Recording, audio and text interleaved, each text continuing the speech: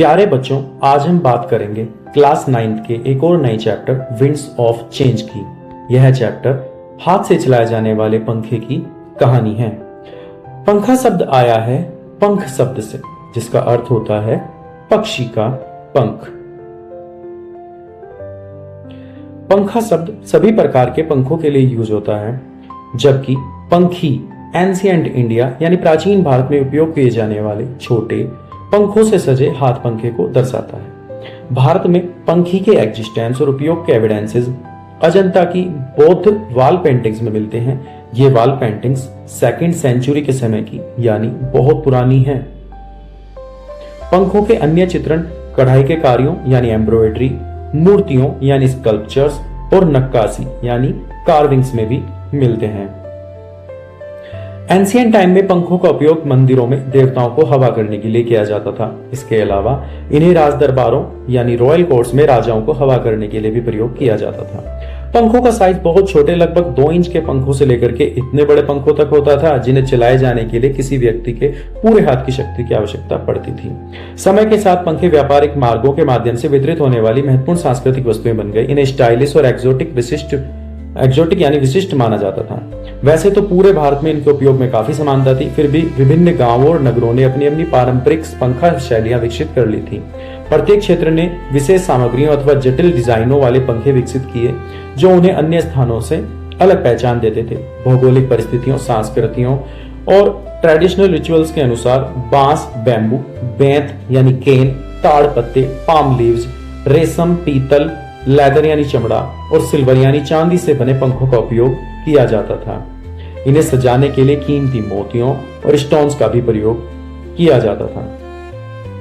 आधुनिक समय में पंखों का उपयोग मेनली सजावटी वस्तुओं के रूप में ही सीमित हो गया है और वे भारत की ट्रेडिशनल क्राफ्ट आइटम्स बन गए हैं। प्रत्येक पंखे की स्ट्रक्चर उस क्षेत्र की सांस्कृतिक आत्मा को रिफ्लेक्ट करता है जहां उसका निर्माण किया जाता है। आइए बात करते हैं राजस्थान में बनने वाले हाथ पंखों की। उदाहरण के लिए राजस्थान का एप्लिक नाम का हाथ पंखा एक प्राचीन पंखा है, जिसे विभिन्न आकारों और डिजाइनों वाले कपड़ों के टुकड़ों को किसी अन्य कपड़े पर सजावटी एम्ब्रॉयडरी के माध्यम से सिलकर बनाया जाता है। इसके अतिरिक्त राजस्थान का जरदोजी हाथ पंखा गोल्डन धागों की चमकदार और सुंदर एम्ब्रॉयडरी के कारण बड़ा ही विशिष्ट होता है। राजस्थान में मंदिरों में उपयोग होने वाले हाथ पंखे भी बहुत लोकप्रिय हैं। ये पीतल पर नक्काशी करके बनाए जाते हैं और इनमें एक लंबा हैंडल होता है। इसके अलावा प्रिंटेड हाथ पंखा, जो विभिन्न चित्रों से सजा हुआ कार्डबोर्ड यानी गत्ते का पंखा होता है, यूजुअली देवताओं को अर्पित किया जाता है। आइए बात करते हैं पड़ोसी राज्य गुजरात के हाथ पंखों की। पड़ोसी राज्य गुजरात की भी पंखों के प्रति अपनी विशिष्ट परंपरा है। यहाँ के हाथ पंखे शुद्ध कॉटन कपड़े से बनाए जाते हैं और उन पर मिरर वर्क यानी कि शीशे की सुंदर सजावट की जाती है। मोतियों वाला हाथ पंखा रंग बिरंगे मोतियों से ढका हुआ होता है और उसका हैंडल चांदी का होता है। गुजरात भारत में मोती कला का प्रमुख केंद्र है और ये नाजुक पंखे कॉमनली दीवारों की सजावट के रूप में उपयोग किए जाते हैं। गुजरात का कच्छ अपने हाथ से सिले हुए लेदर के पंखों के लिए फेमस है, जिनके किनारों को धागों और ऊन से सजाया जाता है। गुजरात की परिश्रमी घरेलू महिला कारीगरों ने पंखा निर्माण की इस हस्तकला में निरंतर कार्य करते हुए पारंपरिक मिरर वर्क और क्रॉस स्टिच एम्ब्रॉयडरी से सुसज्जित विभिन्न आकारों और प्रकारों के हाथ पंखे तैयार किए हैं। बंगाल के कारीगर सोला नाम के पौधे के सुंदर दूधिया सफेद स्पंजी सेंट्रल पार्ट से अत्यंत नाजुक पंखे बनाते हैं। सोला नाम का यह पौधा सोला पिथ के नाम से जाना जाता है और यह एक जलीय पौधा है। इसके तनों को काट करके उनके बीच से यह सफेद रंग का दूधिया स्पंजी पदार्थ निकाला जाता है, जो कि पंखे बनाने में यूज होता है।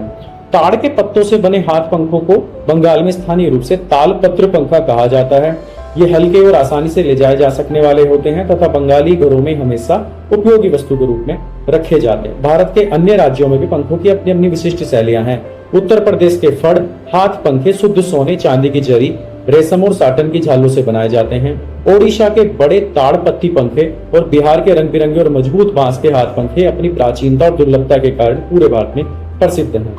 भारत की अनेक जनजातियों यानी ट्राइब्स ने भी इस हस्तकला को अपनाकर अपने अपने प्रकार के हाथ पंखे बनाए हैं। घास और मेटल जैसी सामग्रियों को बांस की छड़ियों और घास की सहायता से पंखों में जड़ा जाता है। बेंत और ताड़ पत्तियों का व्यापक उपयोग किया जाता है, जबकि रेशम और पीतल का प्रयोग प्राचीन और विशेष प्रकार के पंखों के लिए सुरक्षित रखा जाता है। जियोमेट्रिकल पैटर्न्स का उपयोग, व्हाइट इंक और रेड बैकग्राउंड के संयोजन ने जनजातीय समुदायों को अनेक सुंदर डिजाइन वाले पंखे बनाने में सहायता की है। समय के साथ और तकनीक और इनोवेटिव क्रिएशंस के आगमन के कारण पंखों की यह सुंदर संस्कृति धीरे धीरे भारतीय जीवन से लुप्त होने के खतरे का सामना कर रही है। जो हस्तकला कभी पर्सनल यूज के लिए बनाई जाती थी, वह समय के साथ एक कमर्शियल बिजनेस में बदल गई है और अब भारत के अनेक कारीगरों की कमाई का साधन बन चुकी है।